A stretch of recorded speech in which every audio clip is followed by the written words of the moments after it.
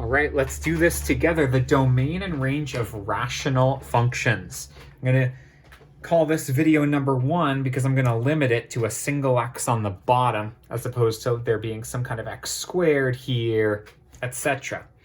The base function y equals 1 over x looks like this.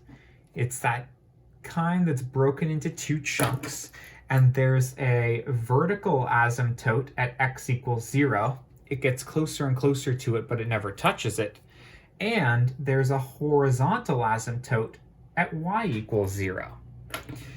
The base function y equals 1 over x has a domain of x not equal to 0, xer, meaning x is an element of the real numbers, but it can't be 0. That should make sense, by the way, because you can't divide by 0. And the range is that y can't be 0, yer. That should make sense because there's nothing you can divide 1 by to get 0 as an answer. The cool thing about these kinds of rational functions where there's no squareds floating around is that your domain and range are always going to look like this. The only thing that can change are these 2 numbers, and they are only ever affected by horizontal shifts for the x, that's stuff added or subtracted from x, and vertical shifts, those are things added and subtracted from y. So, no matter what the stretches or compressions or vertical or horizontal flips or reflections are happening, what matters is that this has been shifted to the right by c units. What I mean is that if you are given a function like this, the domain is that x cannot be c, xer, and the range y cannot be exactly d, yer. I got that from the stuff that's added or subtracted from x and added or subtracted from y. The only real super trick here is that a minus, when you're taking something away from the x, you actually have to flip the sign on it to get what x cannot be. What minus c would have given us the 0 that you're not allowed to divide by? The answer is c. But let's dump the algebra. Let's get down to the nitty-gritty. What are the domain and range of these functions? Well, I want to emphasize, if you can find the vertical and horizontal asymptotes, that will tell you what they are. That vertical asymptote is x equals 0. This horizontal asymptote is y equals 0. So the domain is that x can't be 0. And the range is that y can't be 0. Remember, asymptotes are lines that you get close to but don't usually ever actually reach. Same vertical asymptote here, same horizontal asymptote here. It's actually the same domain and range for both of these. What I've done is I've done a horizontal reflection to get this. Reflections don't affect the domain and range. You know, it does affect domain and range is a shift. This one's definitely been shifted horizontally. We've got a new vertical asymptote at x equals 4. 1, 2, 3, 4. Yeah, see, I counted that, right? The horizontal asymptote here is still 0. So the domain is that x can't be 4. See, I copied the value of the number, of the value for the dotted line that gets close to but never gets touched. Got to write the xer in there, and the range is that y still can't be 0. It's not going to change until we have a vertical shift of some kind. I'm going to start to get lazy here. I'm always supposed to write that. I like using curly brackets for domain and range. Domain is D, range is R. Let's get down to more of it. This vertical asymptote is at 4. X cannot be 4. The horizontal asymptote is still at 0. y cannot be 0. Great. Maybe we have some more challenges on the next one. Horizontal asymptote here is at 3. Vertical asymptote here is at 4. Great. So that means x cannot be 4, y cannot be 3. More. There's a vertical line that it gets close to but never touches. It's at 4. Here's a vertical line that it gets close, a horizontal line that it gets close to but never touches. It's at 3. Oh, these must be horizontal reflections.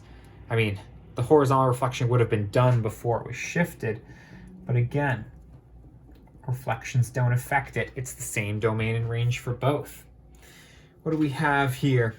Looks to me like we've got a horizontal asymptote at -7. This one's actually kind of tough to see where the vertical asymptote is. I'm going to use some symmetry to try to figure that out. Looks to me like it would probably be this vertical line here. What I did was I tried to connect the two points that looked like the center, knowing that it had to be the same distance from, I don't actually know if that's right. We're actually getting pretty close to 0 here. I think the vertical asymptote here is actually at 0. It means x can't be 0, y can't be -7. We could argue all day and night. You'd probably just have to extrapolate this down and then you'll see that it's 0 or something. Here, looks like we've gotten close to -5 for the vertical asymptote. That means x cannot be -5. The horizontal asymptote is here at 7. Y cannot be 7. Cool. All right, let's get down to the algebra of it. This is the base function. You need to memorize that that means x can't be 0 and y can't be 0. Should make sense because you can't divide by 0 and there's nothing you can divide 1 by to get 0.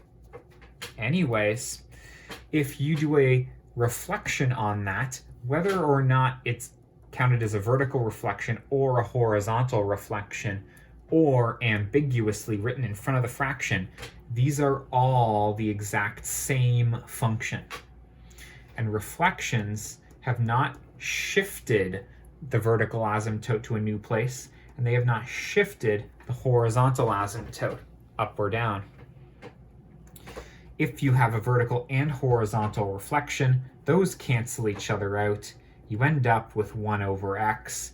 That ends up being the exact same as the base function. Just throwing it out there. A vertical stretch by a factor of 9 also doesn't affect it. There's no horizontal shift written added or subtracted from x. There's no vertical shift written added or subtracted from the end. X can't be 0, y can't be 0. Horizontal compression, same thing. There's been no shift to x and no shift to y. Now that's a shift. That was a shift 6 units to the right. Put another way, x can't be 6, because if it was, you'd have 6 minus 6, aka 0 on the bottom, and that is no bueno. There's nothing added or subtracted from the end, so it's y equals 0. Y can't be 0, I should say. I want to emphasize that in order to see if there's a horizontal shift or to see what the proper horizontal shift is, you have to make sure that your bottom is completely factored. 1 over 2. When you factor 2 out of 2x and minus 8, you get minus 4. X can't be 4. What value of x would have made the bottom 0?